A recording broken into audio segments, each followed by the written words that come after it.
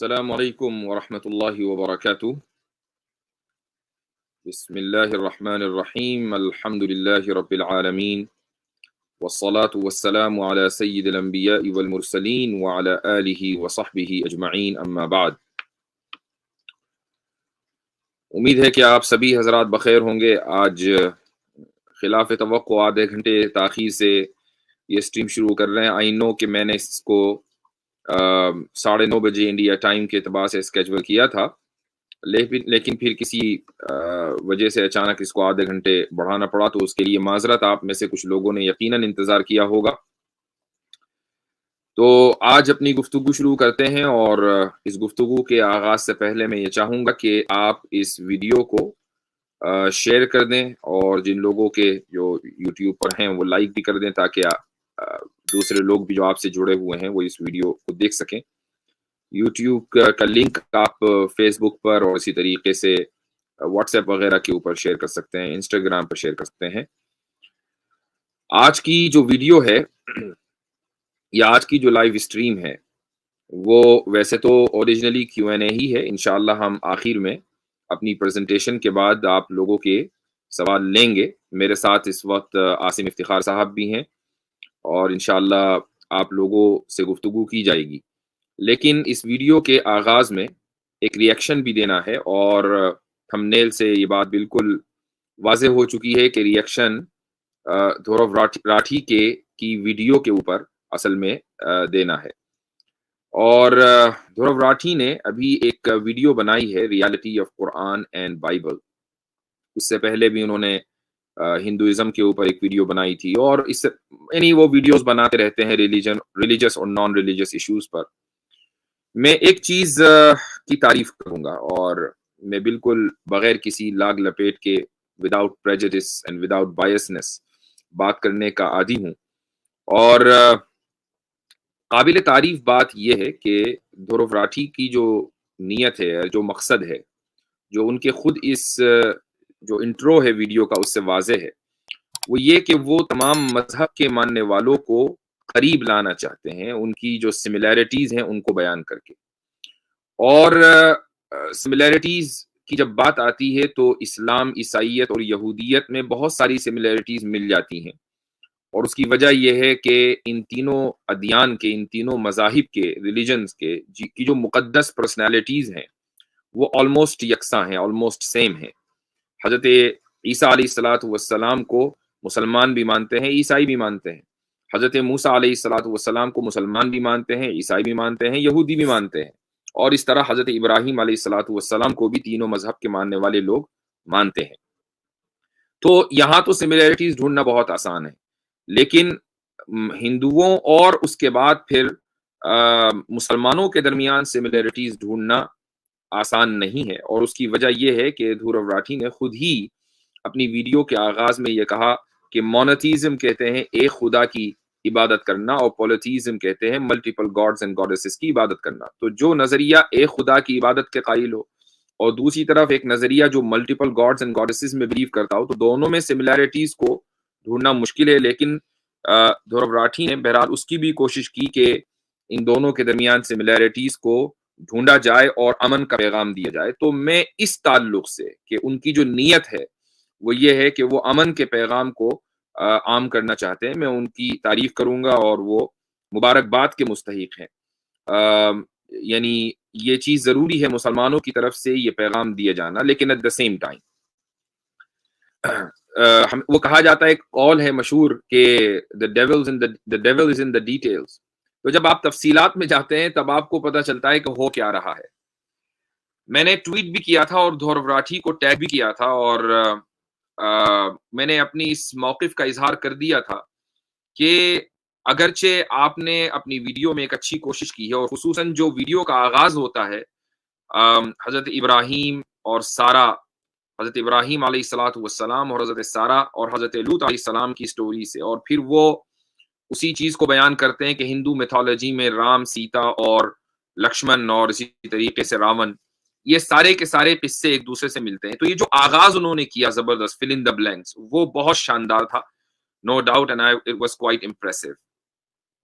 لیکن مس ریپرزنٹیشن کسی بھی ریلیجن کی obviously بات ہے کہ وہ مناسب نہیں ہے. دھورو راٹھی چونکہ خود ایتھیسٹ ہیں جہاں تک میں جانتا ہوں, آئی ڈونٹ نو وہ کسی مذہب میں بلیو کرتے ہیں یا نہیں, لیکن جہاں تک میں نے سنا ہے کہ وہ ایتھیسٹ ہیں, اور یہ تو طے ہے کہ وہ اسلام کے ایکسپرٹ نہیں ہے, کرسچینٹی کے ایکسپرٹ نہیں ہے. ان کی ٹیم کے کچھ لوگوں نے ان کو ریسرچ کر کے دی ہوگی, جیسا کہ بہت سی ان کی ویڈیوز میں وہ خود ہی کہتے ہیں کہ میری ٹیم نے ریسرچ کی ہے.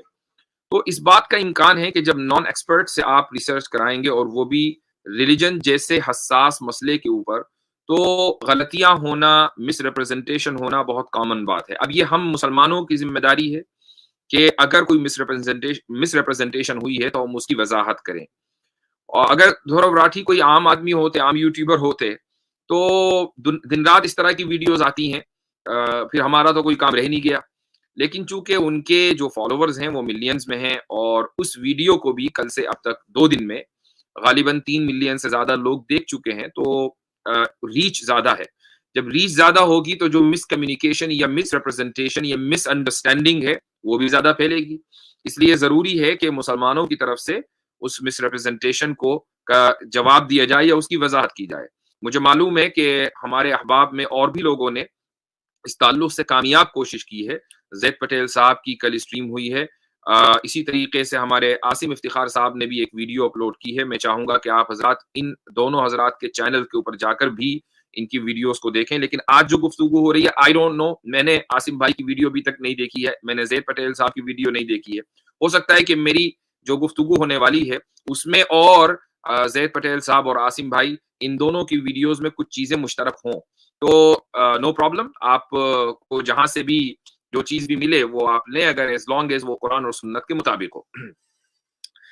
اچھا جی, تو سب سے پہلی بات تو یہ ہے کہ میرا جو سب سے پہلا آبجیکشن ہے وہ یہ ہے کہ 2 منٹ 35 سیکنڈ پر, اور میں یہ بھی بتا دوں کہ میں ان کی ویڈیو کے کلپس نہیں چلانا چاہتا.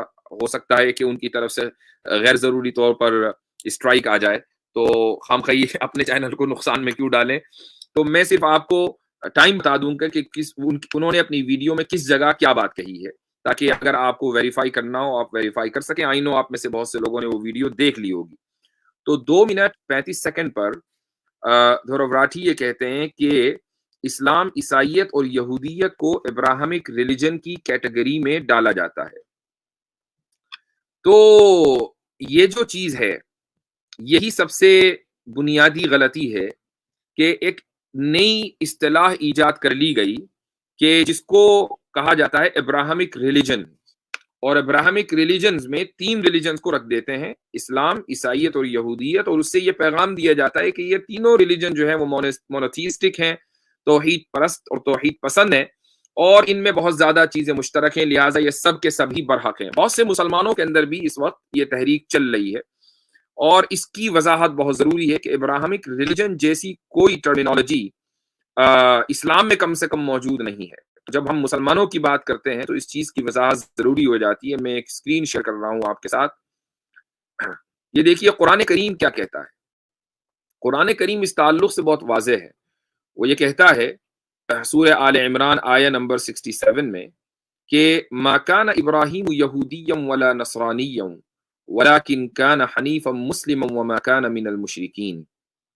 اس کا ترجمہ بھی میں نے انگلش میں دیا ہے تاکہ دھورو راٹھی کے لیے آسان ہو اگر وہ ویڈیو دیکھیں. Abraham was neither a Jew nor a Christian, but he was one inclining toward truth, a Muslim, submitting to Allah, and he was not of the polytheists. تو وہ مشرک نہیں تھے, یہودی نہیں تھے, نصرانی نہیں تھے, ولیکن کان حنیفا مسلما, لیکن وہ انکلائننگ ٹورڈز ٹروتھ, جس کو جو حنیف کا ترجمہ ہے, اور مسلم تھے. اب کوئی یہ کہہ سکتا ہے کہ بھائی مسلمان, آپ نے حضرت ابراہیم کو مسلمان کیسے بنا لیا؟ مسلمان آئے ہیں ابھی حضرت محمد صلی اللہ علیہ وسلم کے زمانے سے 1400 سال پہلے, اور حضرت ابراہیم ہزاروں سال پہلے تھے. تو اس کا جواب خود دھورو راٹھی نے دیا ہے کہ مسلم کے معنی آتے ہیں سبمیشن, اسلام کے معنی آتے ہیں submission to the will of God. مسلم اس کو کہتے ہیں جو سبمٹ کرے گاڈ کے سامنے.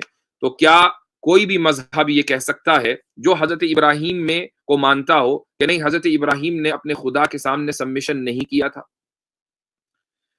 کوئی آ کر یہ کہہ دے یہودی کہ نہیں حضرت ابراہیم نے سبمیشن نہیں کیا تھا خدا کے سامنے، کوئی عیسائی آ کر کہہ دے کہ سبمیشن نہیں کیا تھا، اگر submission submitting to the will of God کے معنی مسلم کے ہیں تو پھر حضرت ابراہیم علیہ الصلوۃ والسلام مسلم تھے، تو ان کو پھر یہودی اور نصرانی کہنا یہ غلط ہے۔ لہذا ابراہمک ریلیجن کی کوئی حقیقت نہیں ہے، یہ ایک کیٹیگری نہیں ہے، اور مسلمانوں کو بھی چاہیے کہ اس لفظ کے استعمال سے بچیں۔ ادیان ابراہیمی کی کوئی حقیقت نہیں۔ آئی نو کہ اس وقت کچھ مسلم اسکالرز بھی اور کچھ مسلم گورنمنٹس بھی اس چیز کو پش کر رہی ہیں، لیکن بہرحال یہ ایک انٹرنیشنل پریشر کے ضمن میں یہ چیزیں ہو رہی ہیں، یہ ایک الگ موضوع ہے۔ اس کے بعد 3 منٹ 10 سیکنڈ پر دھرو راٹھی حضرت آدم اور حوا کی کہانی بیان کرتے ہیں۔ مجھے یہ افسوس کے ساتھ کہنا پڑے گا کہ یہاں پر دھرو راٹھی نہ صرف یہ کہ غلط ہیں، بلکہ میں اگرچہ ان کی نیت پر شک نہیں کرتا ہوں، چونکہ وہ اس بیک گراؤنڈ سے اور اس ورلڈ ویو سے نہیں آتے ہیں، لیکن بہرحال ان کا یہ عمل قابل مذمت ہے، اور وہ قابل مذمت اس لیے ہے کہ انہوں نے اس جگہ پر جہاں حضرت آدم اور حوا کا قصہ شروع کیا، آلموسٹ پورنوگرافک تصویریں اپنی ویڈیو پر لگائی ہیں حضرت آدم اور حوا کے تعلق سے، ایسی تصویریں کہ جس میں حضرت آدم اور حوا کو برہنہ دکھایا گیا ہے۔ دیکھیے، برہنہ بتانا الگ ہے اور دکھانا الگ ہے۔ قرآن بھی یہ کہتا ہے کہ حضرت آدم اور حوا جب درخت سے انہوں نے کھایا تو ان کے جو پرائیویٹ پارٹس تھے وہ ریویل ہو گئے، وہ اس کو چھپانے لگے پتوں کے ذریعے۔ لیکن ایک ہے کسی چیز کا بتانا اور ایک ہے پھر اس چیز کو دکھانا۔ دکھانے اور بتانے میں بڑا فرق ہے۔ تو یہ جو تصویریں ایک کے بعد ایک حضرت آدم کی اور حضرت حوا کی دکھائی گئیں، اسلامی نقطۂ نظر سے یہ بھی بلاسفیمی ہے، چونکہ ہم صرف بلاسفیمی کو رسول اکرم صلی اللہ علیہ وسلم کی ذات سے لمٹ اور خاص نہیں کرتے، بلکہ کسی بھی نبی اور رسول کی شان میں اگر توہین ہو تو یہ بلاسفیمی ہے۔ تو یہ ان کی ویڈیو کا وہ حصہ ہے کہ جس پر ان کو چاہیے کہ اگر اس کو ایڈٹ کر کے نکال سکیں تو بہت اچھی بات ہے۔ اچھا، جس انداز سے انہوں نے حضرت آدم اور حوا کی کہانی بیان کی ہے کہ جی وہ ایک باغ میں تھے، وہاں 2 پیڑ تھے، ایک ٹری کا نام تھا ٹری آف لائف، دوسری کا نام تھا ٹری آف نالج۔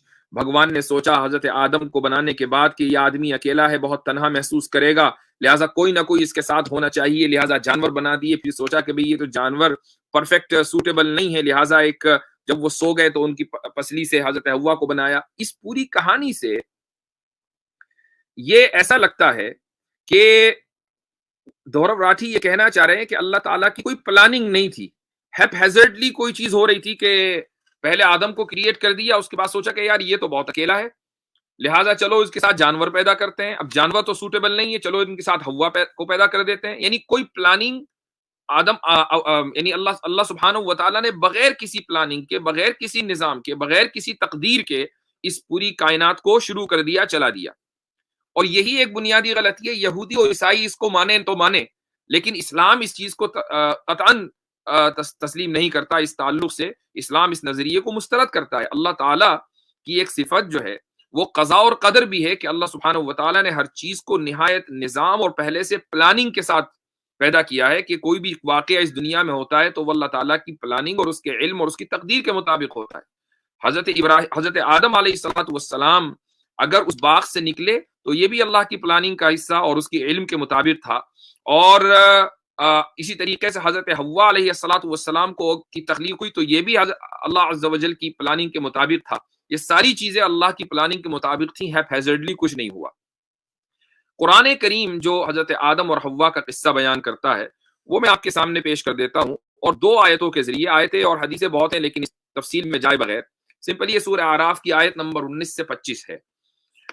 اس میں اللہ سبحانہ و تعالیٰ یہ کہتا ہے کہ وَيَا آدَمُ اسْكُنْ أَنْتَ وَزَوْجُكَ الْجَنَّةَ فَكُلَا مِنْ حَيْثُ شِئْتُمَا وَلَا تَقْرَبَا هَذِهِ الشَّجَرَةَ فَتَكُونَا مِنَ الظَّالِمِينَ فَوَسْوَسَ لَهُمَا الشَّيْطَانُ لِيُبْدِيَ لَهُمَا مَا وُرِيَ عَنْهُمَا مِنْ سَوْآتِهِمَا وَقَالَ مَا نَهَاكُمَا رَبُّكُمَا عَنْ هَذِهِ الشَّجَرَةِ إِلَّا أَن تَكُونَا مَلَكَيْنِ أَوْ تَكُونَا مِنَ الْخَالِدِينَ وَقَاسَمَهُمَا إِنِّي لَكُمَا لَمِنَ النَّاصِحِينَ۔ یہ جو آیت ہے اور آگے تک چل رہی ہے، اس کا میں ترجمہ بھی آپ کے سامنے رکھ دیتا ہوں۔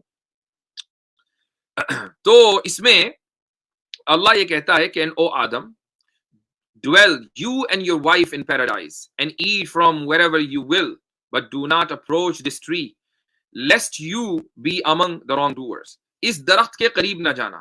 قرآن نے اس کی وضاحت نہیں کی کہ وہ ٹری آف لائف یا tree of evil and virtue یا ٹری آف نالج وہ کون سی ٹری تھی. اس کی وضاحت قرآن نے نہیں کی. یہ کہا کہ اس درخت کے قریب نہ جانا. اب کوئی یہ کہہ سکتا ہے کہ بھئی یہ کیا بات ہوئی, درخت کے قریب کیوں نہ جانا؟ اگر یہ آپ کے ذہن میں اعتراض آ رہا ہے تو آپ پھر یہ آپ کے ذہن میں کہیں نہ کہیں یہ شک بھی ہے کہ خدا قادر مطلق نہیں ہے. اگر خدا قادر مطلق ہے تو وہ جس چیز کو چاہے حلال کرے, جس چیز کو چاہے حرام کرے. بہت سی چیزیں ایسی ہوتی ہیں کہ بظاہر ان میں نفع ہوتا ہے لیکن خدا نے اس کو حرام کیا ہوا ہے. قرآن خود کہتا ہے کہ وَإِسْمُهُمَا أَكْبَرُ مِن نَفْعِهِمَا, شراب کے بارے میں, جوئے کے بارے میں, کہ بظاہر اس میں تھوڑا بہت نفع ہو بھی سکتا ہے لیکن ان کا نقصان ان کے نفع سے بڑا ہے, اس لیے شراب کو اور جوئے کو حرام قرار دیا گیا. اگرچہ قرآن نے ان میں نفع کا اعتراف کیا ہے لیکن اس کا اعتبار نہیں کیا ہے. تو اللہ سبحانہ و تعالیٰ چونکہ قادر مطلق ہے, عالم ہے, ہر چیز کو جانتا ہے, اس لیے اللہ نے اس درخت کو حضرت آدم علیہ الصلوۃ والسلام کے اوپر حرام کر دیا تھا. لیکن شیطان آیا. But Satan whispered to them to make apparent to them that which was concealed from them of their private parts. یہ وہ ہے حصہ ہے کہ شیطان نے ان کو وسوسہ ڈالا تاکہ جو ان کے پرائیویٹ پارٹس ہیں وہ دنیا وہ کھل جائیں. He said, your Lord did not forbid you this tree except that you become angels or become of the immortals.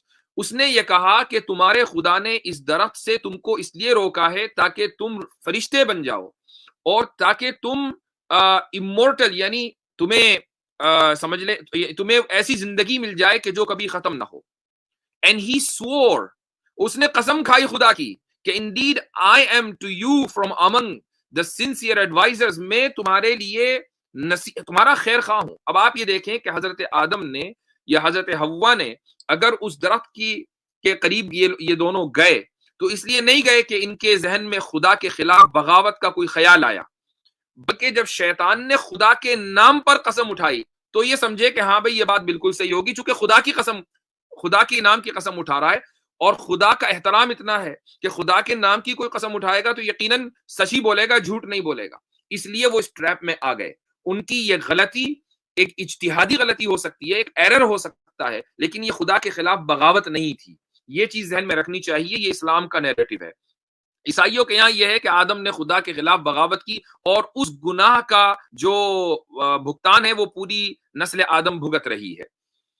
تو اب اس کے بعد دھور وراٹھی یہ کہتے ہیں کہ جب آدم اور حوا نے وہ درخت کا پھل کھا لیا تو انہوں نے حضرت آدم کو اور حوا کو شراپ دیا اور کہا کہ دیکھو حوا کو کہ تم بچے پیدا کرو گی اور بچے پیدا کرنے میں تمہیں بڑی تکلیف ہوگی, اور آدم کو شراپ یہ دیا گیا کہ پوری زندگی آدم اور آدم کی اولاد محنت کریں گے وغیرہ وغیرہ. یہ سٹوری انہوں نے یقیناً ببلیکل نریشن سے اٹھائی ہے, اس کا اسلام سے کوئی تعلق نہیں ہے.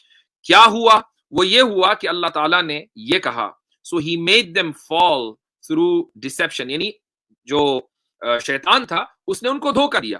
And when they tasted of the tree, their private parts became apparent to them and they began to fasten together over themselves from the leaves of paradise. وہ اپنے جسم کو پتوں سے چھپانے لگے. And their Lord called to them, did I not forbid you from the tree and tell you that Satan is to you a clear enemy? میں نے تم کو پہلے ہی کہہ دیا تھا کہ شیطان تمہارا دشمن ہے. لیکن شراب کی کیا جو بات دھور وراٹھی نے کی ہے, اسلام اس تعلق سے کیا کہتا ہے؟ اسلام سمپل اور واضح انداز سے یہ کہتا ہے کہ اللہ تعالیٰ نے کہا قال اهبطوا بعضكم لبعض عدو ولكم في الارض مستقر ومتاع الى حين. تم اس جنت سے نکلو, تم میں سے بعض کے دشمن ہوں گے, آپس میں تم دونوں کے درمیان دشمنیاں ہوں گی تمہاری اولاد میں, اور تم اس زمین میں ایک وقت تک ٹھہرو گے, تمہارا ٹھکانہ ہے, یہاں تمہاری آسائش کا سامان ہے. قال فیہا تحیون وفیہا تموتون ومنہا تخرجون. تم اس میں زندہ رہو گے, اسی میں مرو گے, اور اسی زمین سے پھر تم نکالے جاؤ گے. اگر آپ اس کو شراب کہنا چاہیں تو کہہ لیں, لیکن ایسی کوئی بات قرآن میں نہیں ہے کہ حضرت حوا کی بیٹیوں کو جو ولادت کے وقت درد ہوتا ہے یہ حضرت حوا کی غلطی کی وجہ سے ہوتا ہے, یا مرد اگر محنت کرتا ہے اپنی فیملی کے لیے تو حضرت آدم کی غلطی کی وجہ سے کرتا ہے. ایسا اسلام میں اس کا کوئی تصور نہیں ہے. اب یہ جو میں نے کہا کہ حضرت آدم علیہ الصلوۃ والسلام کی کوئی غلطی یعنی کوئی بغاوت نہیں تھی. اس کو قرآن نے خود واضح کر دیا سورہ طٰہٰ آیت نمبر 115 میں, وَلَقَدْ عَهِدْنَا إِلَىٰ آدَمَ مِن قَبْلُ فَنَسِيَ وَلَمْ نَجِدْ لَهُ عَزْمًا, کہ and we had already taken a promise from Adam before, but he forgot and we found not in him determination. قرآن خود یہ کہہ رہا ہے کہ حضرت آدم بھول گئے تھے, ان کی یہ نیت نہیں تھی کہ وہ خدا کے خلاف بغاوت کریں, اور بھول چوک تو انسان کی معاف ہے ہی. تو حضرت آدم علیہ الصلوۃ والسلام, لیکن چونکہ حضرت آدم بڑے برگزیدہ بندے تھے, وہ خدا کے نبی تھے, اور بڑوں کی اگر بھول چوک ہو تو اس کے اوپر بھی پکڑ ہو جاتی ہے. اس لیے اللہ سبحانہ و تعالیٰ نے حضرت آدم علیہ الصلوۃ والسلام کو خود توبہ کے الفاظ سکھائے, اور توبہ حضرت آدم علیہ الصلوۃ والسلام نے کی اور وہ توبہ قبول ہوئی. تو حضرت آدم نے اللہ کے خلاف کوئی بغاوت نہیں کی تھی. اب آگے دھرو راٹھی حضرت نوح علیہ الصلوۃ والسلام کا قصہ شروع کرتے ہیں 6 منٹ 4 سیکنڈ پر. وہ یہ کہتے ہیں کہ جب دنیا کی آبادی بڑھ گئی تو خدا کو ریگریٹ ہوا کہ یار یہ میں نے کن لوگوں کو بنا دیا, یہ تو آپس میں بہت لڑ رہے ہیں, دنیا میں فساد کر رہے ہیں. یہ الفاظ ان کے اپنے ہیں. یہ جو کچھ چیزیں جو فلرز ہوتے ہیں اس سے کام خراب ہو جاتا ہے. خدا کو ریگریٹ ہونے کا مطلب کیا ہے کہ خدا کو علم نہیں تھا کہ آگے کیا ہوگا. خدا کو ریگریٹ ہونے کا مطلب کیا ہے کہ خدا کی کوئی پلاننگ نہیں تھی, وہ بس بیٹھا بور ہو رہا تھا, اس نے سوچا کہ چلو کچھ بنا دیتے ہیں, اچھے ہی لوگ ہوں گے لیکن وہ اچھے نہیں نکلے بلکہ خراب نکلے. یہ خدا کی شان میں گستاخی ہے اگر آپ مذہبی پوائنٹ آف ویو سے دیکھیں. اب حضرت اس نے دیکھا کہ بھائی چلو دنیا کو تباہ کرتے ہیں, لیکن ایک بندہ ایسا تھا جو بہت اچھا تھا, تو خدا نے اس ایک بندے کو اپنا پلان بتایا. تو یہ جو اب اس سے بھی یہ ثابت ہوتا ہے کہ اللہ سبحانہ و تعالیٰ نے حضرت نوح علیہ الصلوۃ والسلام کو اچھا بنایا نہیں تھا بلکہ وہ اچھا بن گئے تھے, ورنہ خدا تو ان کو بھی تباہ کرنے والا تھا. وہ تو دیکھا کہ اچانک چلو ایک نیک بندہ ہے, اس کو اپنا پلان بتا دیتے ہیں, اور پھر پورا پلان بتایا اور پھر طوفان نوح آیا.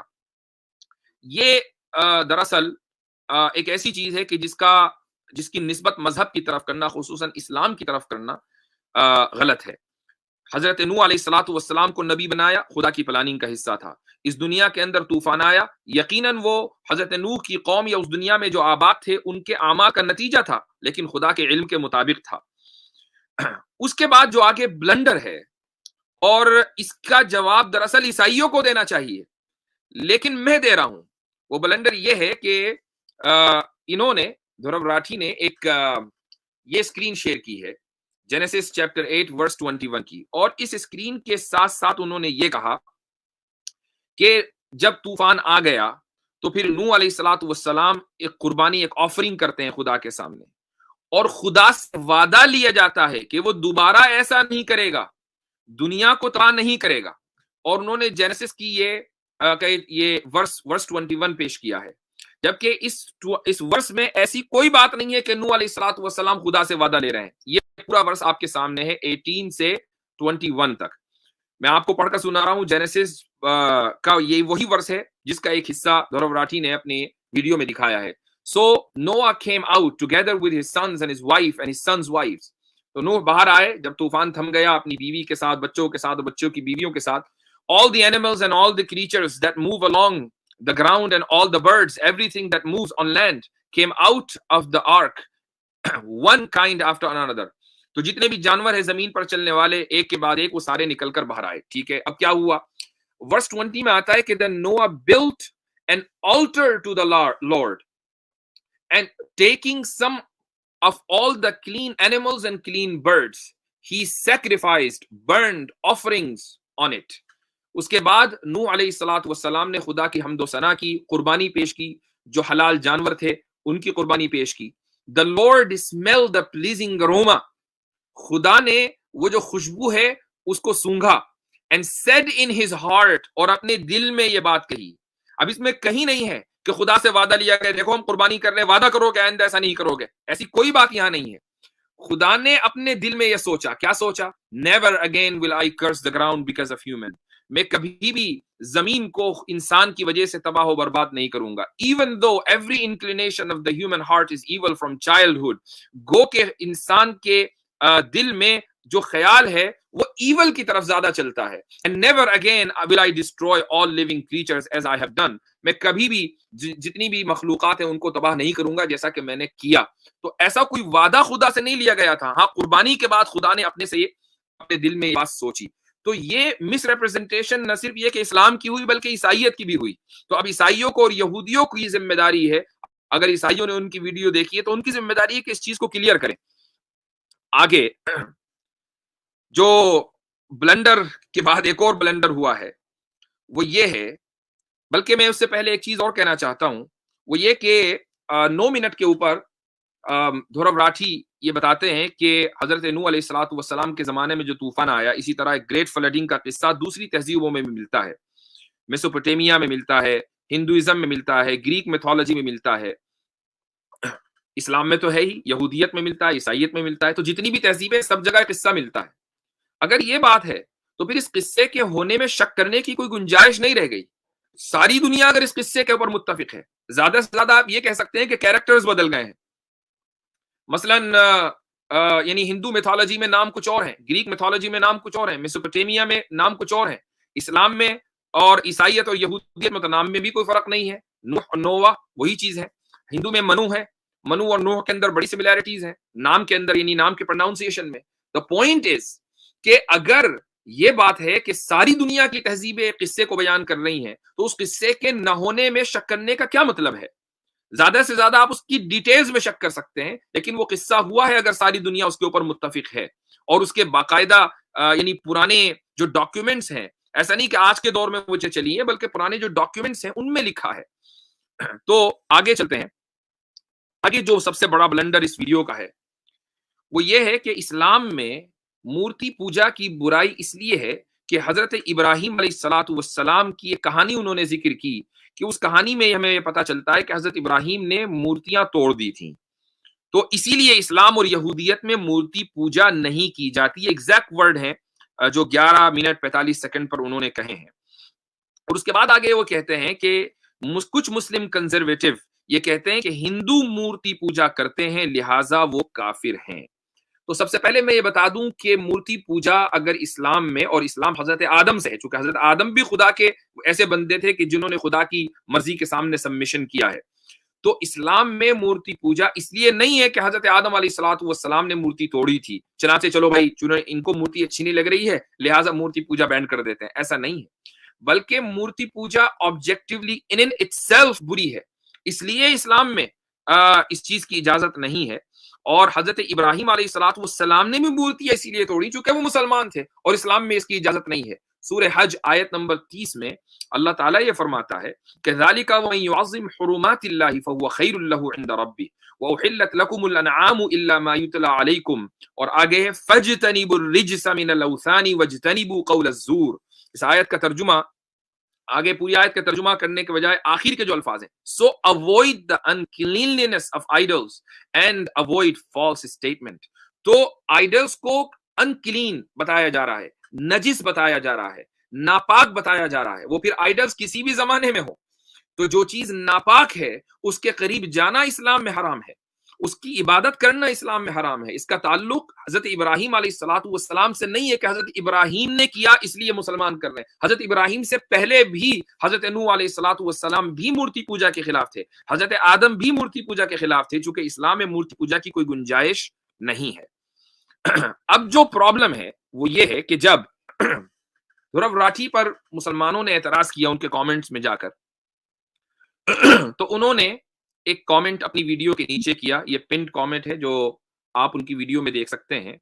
وہ اپنے اس اوپر کیے جانے والے اس اعتراض کا جواب دے رہے ہیں، اور ویڈیو میں بھی انہوں نے کچھ ایسی بات کہی ہے. ویڈیو میں 12 منٹ پر وہ یہ کہتے ہیں کہ ہندو مورتی پوجا نہیں کرتے بلکہ مورتی کے تھرو بھگوان کی پوجا کرتے ہیں. یہ ایسا ہی ہے جیسے آپ اپنے باپ کو یاد کرتے ہو فوٹو دیکھ کر.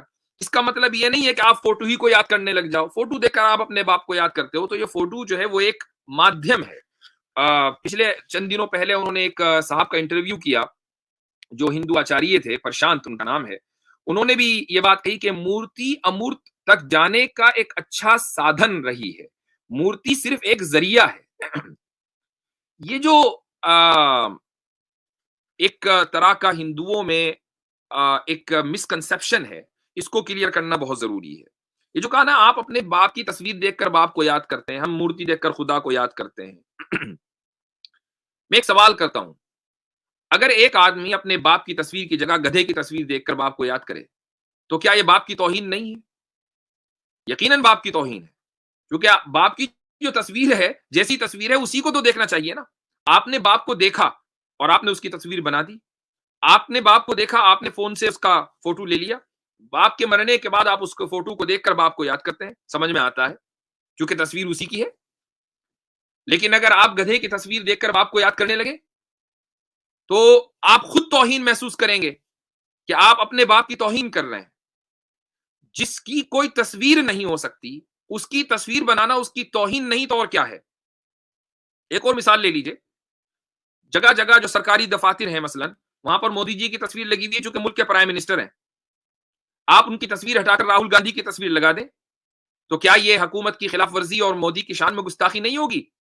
جتنے مودی بھکت ہوں گے وہ کہیں گے کہ بھائی ٹھیک ہے, راہل نے بھی داڑھی رکھی ہوئی ہے, مودی نے بھی داڑھی رکھی ہوئی ہے, اس کا مطلب یہ نہیں راہل گاندھی کو کی تصویر مودی کی جگہ لگا دی جائے. مودی کی تصویر مودی کی تصویر ہے, راہل گاندھی کی تصویر راہل گاندھی کی تصویر ہے. آپ ایک انسان کی تصویر دوسرے انسان کی نہیں بنا سکتے. تو جس کی کوئی تصویر ہو ہی نہیں سکتی, جس کا کوئی شیپ نہیں, کوئی فارم نہیں, اس کی تصویر بنانے کا کیا مطلب؟ اور یہ تو پھر خدا ہے.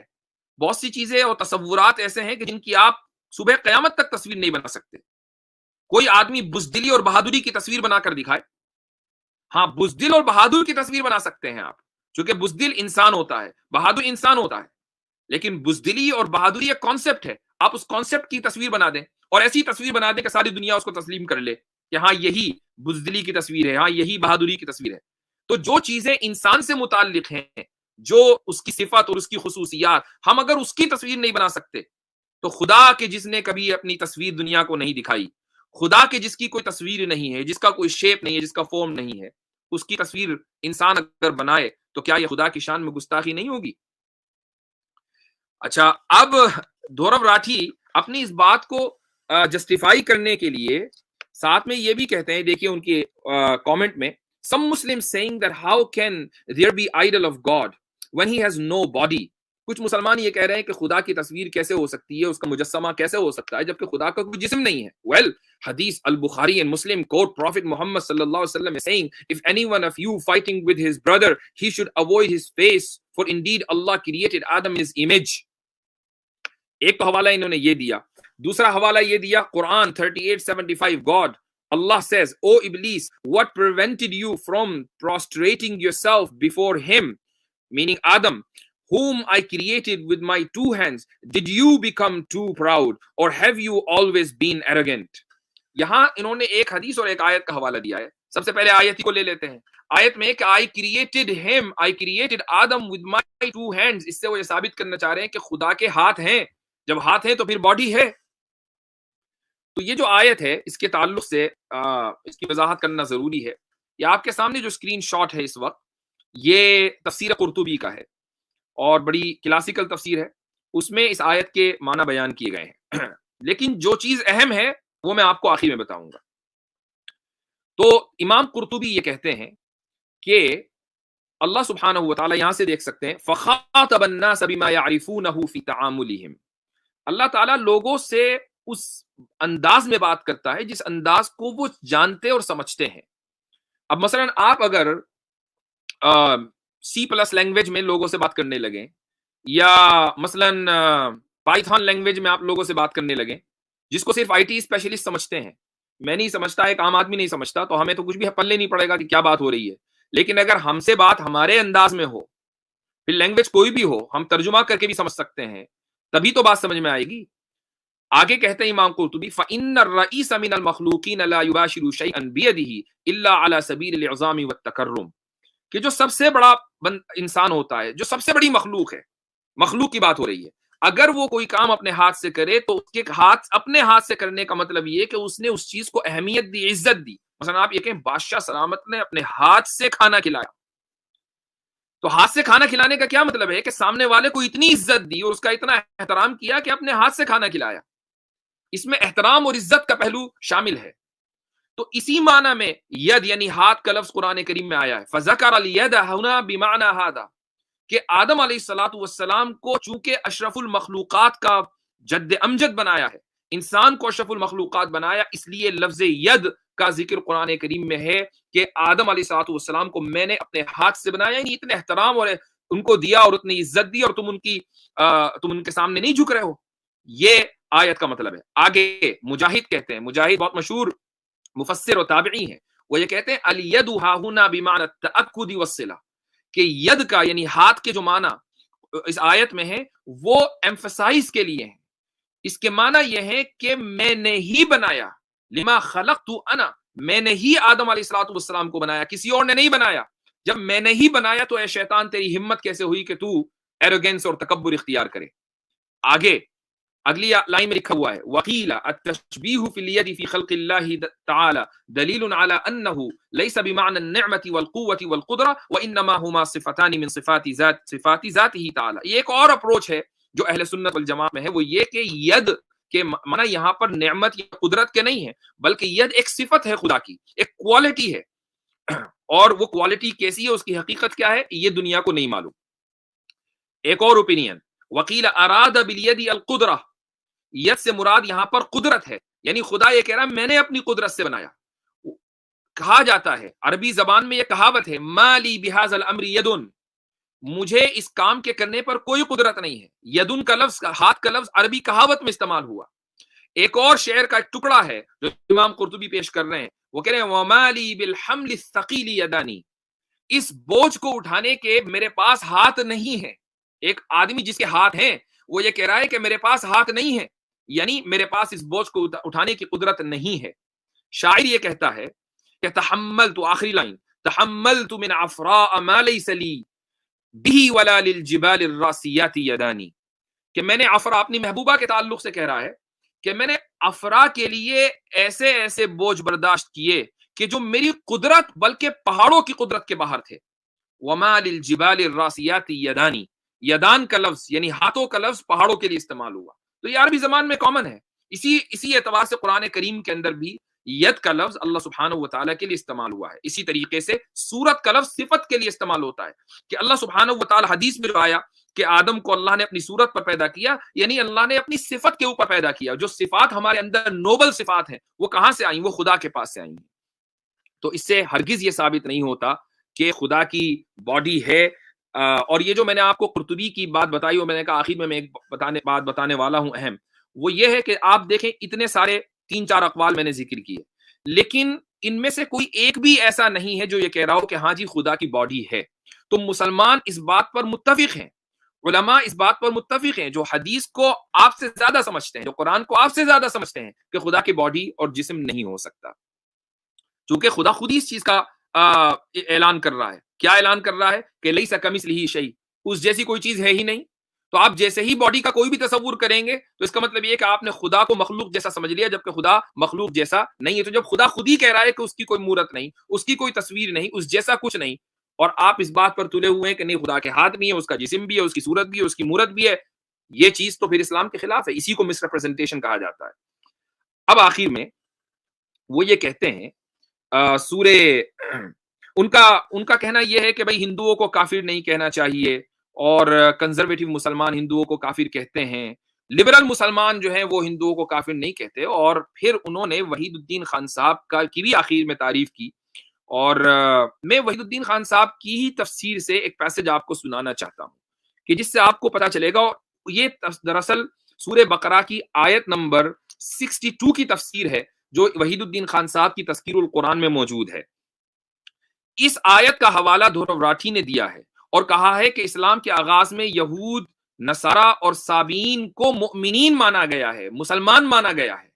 لہٰذا یہود بھی، نصارہ بھی اور سابی بھی اگر مسلمان ہو سکتے ہیں تو ہندو بھی مومن اور مسلم ہو سکتا ہے. اس کو کافر کہنے کا کیا مطلب ہے؟ اچھا، جب آپ وحید الدین خان صاحب کی تعریف کر رہے ہیں، ان کو لے ایک آپ نے کنزرویٹو مسلمز کو تھوڑا سا کہا کہ یار یہ لوگ ہمیں کافر کہتے ہیں، لیکن وحید الدین خان صاحب بڑے اچھے ہیں، اس کا مطلب وہ لبرل مسلم ہے آپ کے نزدیک. تو آپ ان کی تفسیر اٹھا کر دیکھیے. آپ اپنی ریسرچ ٹیم کو کہیے کہ تھوڑا پراپر ہوم ورک کیا کریں، خصوصاً جب اسلام کے اوپر بولے، چونکہ اسلام کے تعلق سے جو ایکسپرٹس ہیں ماشاءاللہ یوٹیوب کے اوپر موجود ہیں. دیکھیے آیت نمبر ہے سورہ بقرہ کی 62. ترجمہ پڑھ رہا ہوں خالی.